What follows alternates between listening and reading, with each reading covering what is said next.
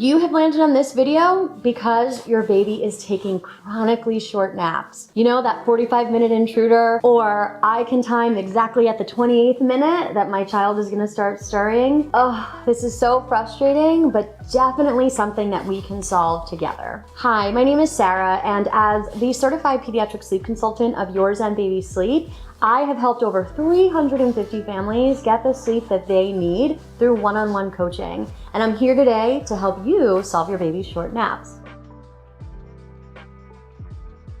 Let's first start with the why.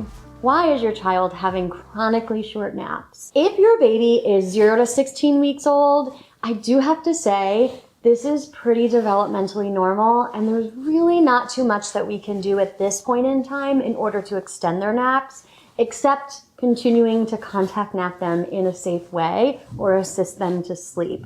So I want you to press pause. I want you to take a deep breath and come back to this once your child is 4 months old. If you're here watching the video and your baby is 4 months and up and taking chronically short naps, now we know that they're developmentally ready to extend that daytime nap sleep, and they are capable of sleeping longer periods of time.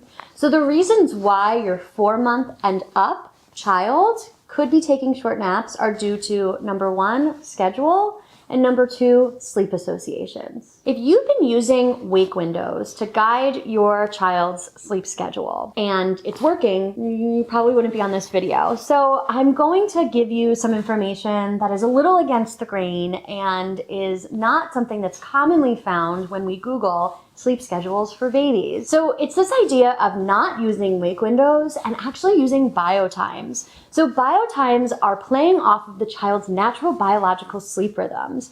And these are the times on the clock when our bodies are naturally producing more sleepy hormones, adenosine, as well as melatonin. So the first thing I want you to try is shifting your child's schedule to be aligned with these biotimes. And this is gonna vary a little bit based on their age, but it should be sometime between 8:30 and 9, sometime again between 12 and 1. And if they are taking a third nap of the day, it'll be somewhere between 3:30 and 4.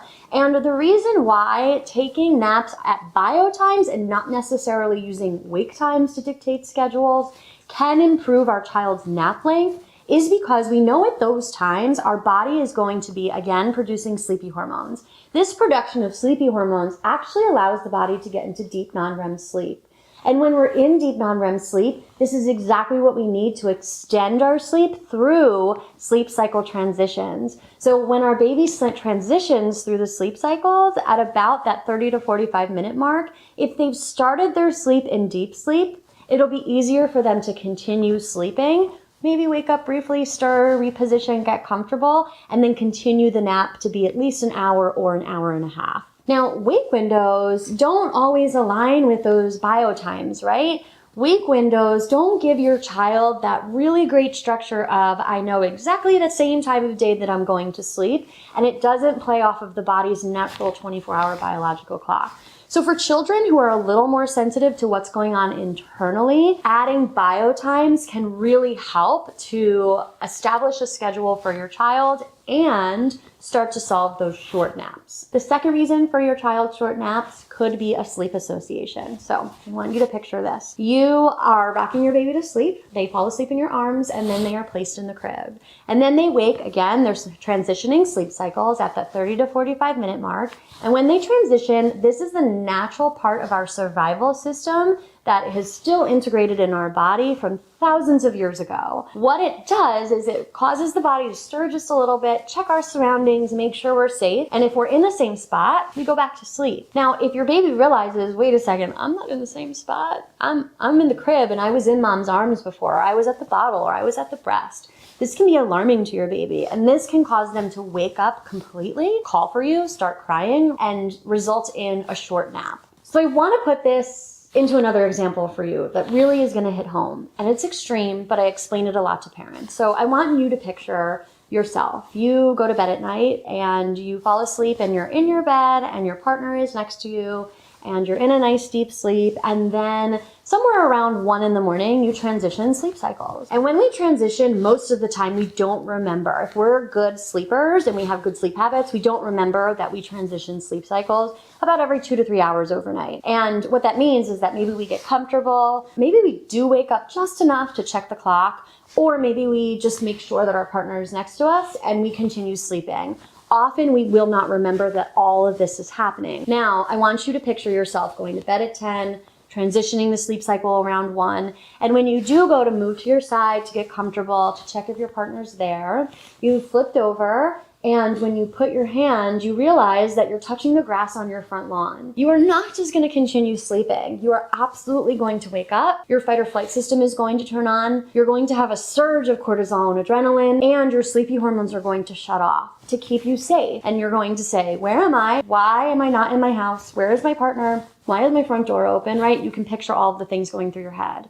And this is the point where you're going to stand up, leave your front lawn, and go try to find your bed. And then it's going to take you a while to go back to sleep because of this flip of hormones, increase of awake and decrease of sleepy. So if we use that concept to explain what's happening during sleep cycle transitions at nap time for our little ones, you can very well see why it's hard for them to be rocked or fed to sleep and then put in the crib and then successfully transition through the sleep cycle when they do wake up, check their surroundings, and realize they are not at the same space that they were when they started the sleep phase. So the best way to solve these sleep associations is to choose a sleep training method that you feel really comfortable implementing as a family. I really believe that every family teaches differently and every child learns differently. This is because of my 15 years of experience as a special ed teacher. I love modifying things for individuals' families' needs. So sleep training doesn't mean cry it out. You do not have to use full extinction in order to teach your baby to sleep.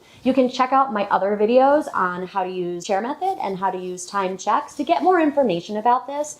But what I want you to do is work on putting your baby down awake. Ditch drowsy but awake. I don't want it. I want your baby wide awake in the crib, and I want them to learn how to soothe themselves to sleep using support from you that you have chosen, using a sleep training method that you feel comfortable implementing. And the most important part of the sleep training method that you choose is that while we're practicing naps, we do want to practice crib hour for children who are taking 3 naps, and we want to practice crib hour and a half, or crib 90 if you're using minutes, for children who are taking 2 naps. And what this means is that your child should be in the crib practicing sleep for 60 or 90 minutes, depending on their age and nap schedule. So from the time that their bottom hits the crib, I want them to be practicing for a full hour from that time. And this is going to help them extend their sleep longer than their typical 37-minute wake period. This is something that I work with families all of the time on, trying to troubleshoot short naps and really establishing a sustainable sleep schedule both during the week, at daycare, and at home. So if you would like more information about how to work one-on-one with me, feel free to check out the description and head to my website.